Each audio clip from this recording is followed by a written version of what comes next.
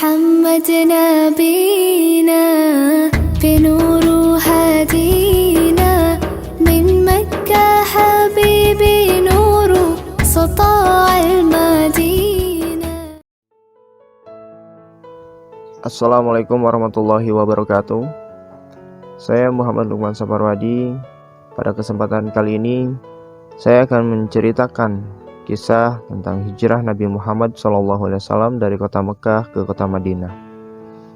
Peristiwa hijrah Nabi Muhammad SAW ini dari kota Mekah ke kota Yasrib diperkirakan pada Juni tahun 622 Masehi. Menjadi tonggak penting dalam sejarah Islam. Dalam hijrah itu, Nabi bersama Abu Bakar As-Siddiq, sang sahabat terkasih, menempuh perjalanan panjang ratusan kilometer, termasuk bertahannya 3 hari di Gua Thur, menuju tempat yang kelak berubah namanya menjadi kota Madinah. Tahun ke tahun menjelang hijrah tersebut, Muhammad kehilangan istri tercinta, yaitu Khadijah, disusul dengan meninggalnya sang paman sekaligus pelindungnya, yaitu Abu Thalib. Orang-orang Mekah semakin terbuka dalam menyerang Nabi. Sementara itu, di Yasrib, suku yang dahulu dominan, yaitu Bani Qailah, terpecah menjadi 2 faksi yang bermusuhan, Aus dan Khazraj.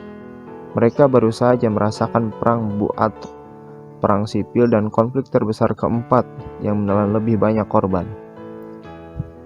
Pada musim panas tahun 620 Masehi, 6 orang dari suku Khazraj datang ke Mekah untuk berziarah.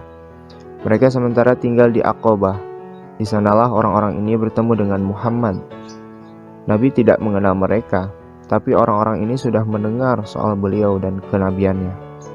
Ketika Rasulullah menyampaikan ajaran, mereka langsung menerima.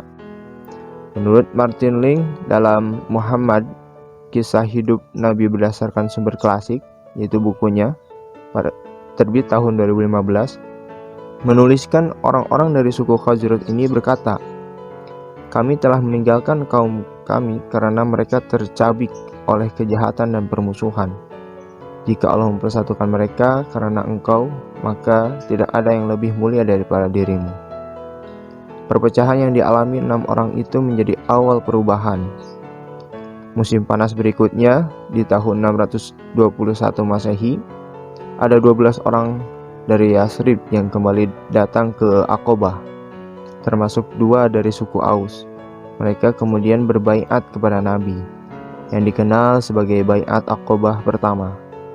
Sebagai jawaban, Nabi mengutus Mus'ab bin Umair ke kota Yasrib untuk mengajari orang-orang ini tata cara sholat dan bacaan Al-Quran. Ajaran Islam yang sederhana memikat makin banyak orang. Pada tahun 622 Masehi di Aqabah, ada delegasi 73 laki-laki dan 2 perempuan. Di bawah terang bulan terjadilah baiat Aqabah yang kedua. Perpindahan ke Yasrib pun tinggal menunggu waktu saja. Musim panas di tahun 622 Masehi itu, Muslimin Mekah diam-diam mulai hijrah ke Yasrib, secara sendiri-sendiri atau dengan kelompok kecil. Lambat laun yang tersisa tinggal rumah tangga Nabi dan Abu Bakar. Orang-orang Mekah berencana untuk mengakhiri hidup Muhammad secepatnya. Mereka mulai khawatir dengan kekuatan baru Islam yang terbentuk di Yasrib. Rencana disusun. Setiap kabilah mengajukan seorang pemuda tangkas bersenjata. Tujuannya adalah membunuh Nabi bersama-sama. Dengan cara itu, Bani Abdul Manaf tidak dapat memerangi sebuah kabilah sebagai balas dendam. Selain itu, tebusan darah yang tertumpah dalam penyergapan malam itu akan ditanggung bersama. Sore hari sebelum penyergapan, Nabi sudah mendapatkan petunjuk dari Jibril. Tiba saatnya untuk hijrah.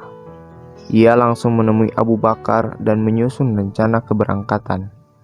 Sementara itu, Ali bin Abi Thalib diminta Nabi untuk tinggal di Makkah menjaga barang-barang yang dititipkan kepada beliau di rumah. Para pemuda yang bertugas membunuh Nabi sudah berjaga-jaga hingga malam. Ketika mendengar suara wanita di dalam rumah Nabi, yaitu Saudah, Ummu Kulsum, Fatimah, dan Ummu Aiman. Dan mereka berpikir ulang. Orang-orang ini tidak mau mempermalukan diri dengan melanggar kesucian rumah seorang Arab. Selain itu, melihat seseorang yang mengenakan selimut hijau Nabi, selimut yang dibawa dari Hadramaut. Kemudian, para pemuda itu memilih menunggu. Mereka mulai menyadari bahwa pemakai selimut itu bukan Nabi, akan tapi Ali saat fajar. Muhammad dan Abu Bakar sudah keluar dari Makkah pada malam penyergapan itu, lolos begitu saja. Nabi dan Abu Bakar memang memilih rute dan waktu yang tidak seperti perjalanan pada umumnya. Mereka tidak langsung bergegas pada Yasrib, tetapi ke arah selatan menuju gua di Sur.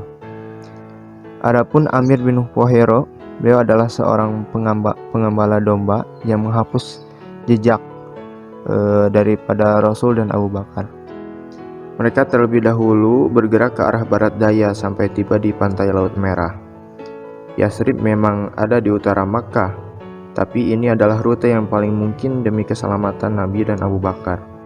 Barulah setelahnya mereka bergerak ke utara lagi, dengan berjalan malam hari sepanjang pantai sebelum berbelok ke arah Yasrib. Tibanya Nabi Muhammad di Yasrib adalah titik penting bagi sejarah Islam.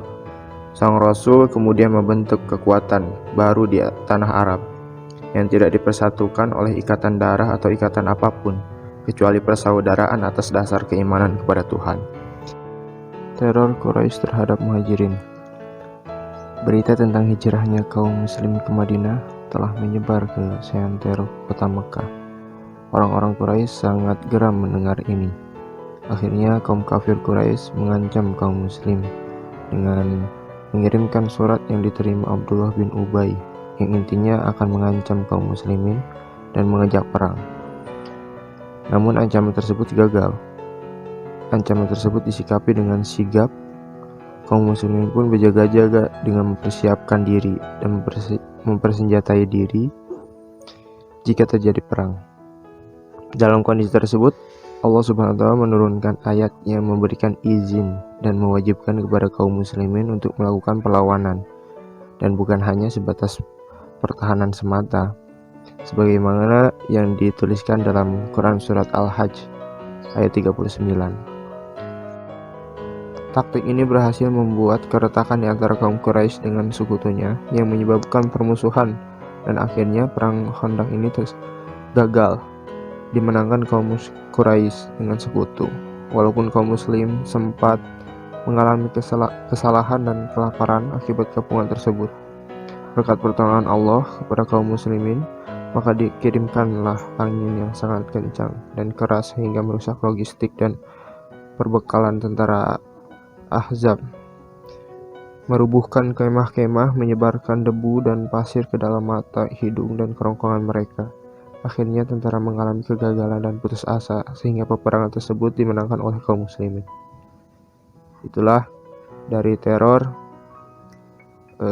kaum Quraisy terhadap kaum muslimin, atau lebih khusus dari kaum Muhajirin.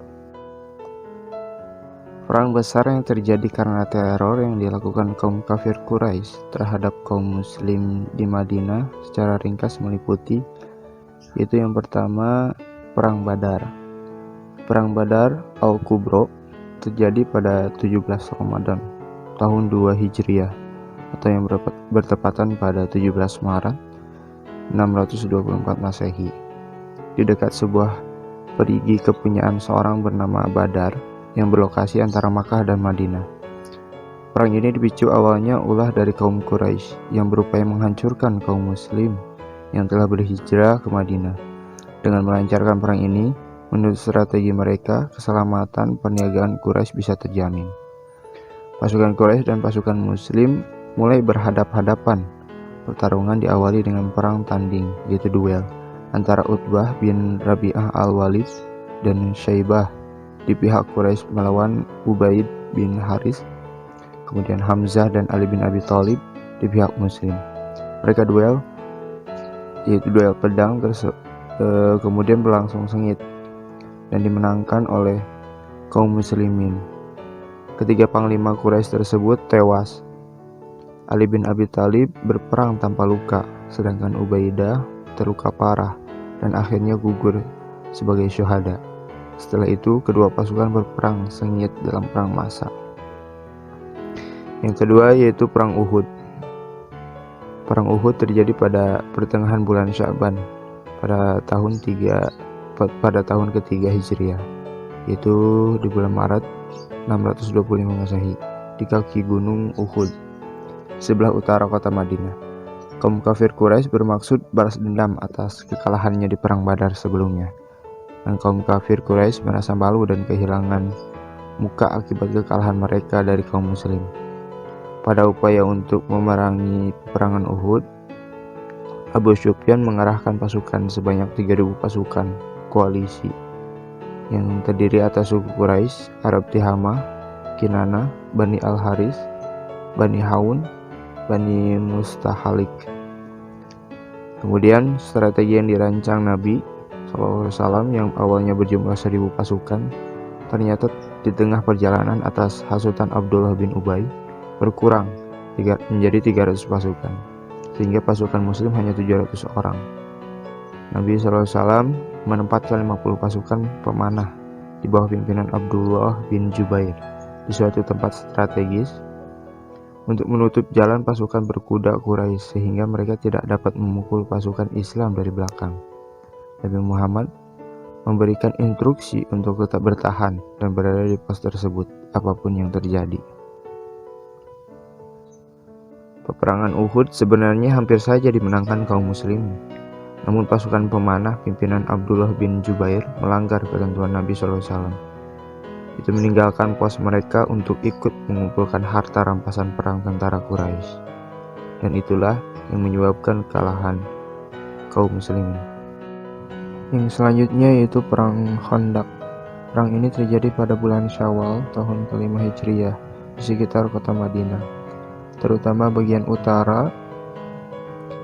Kekuatan pasukan Quraisy dan sekutunya lebih dari 10.000 orang, sedangkan kaum muslim hanya 3.000 orang.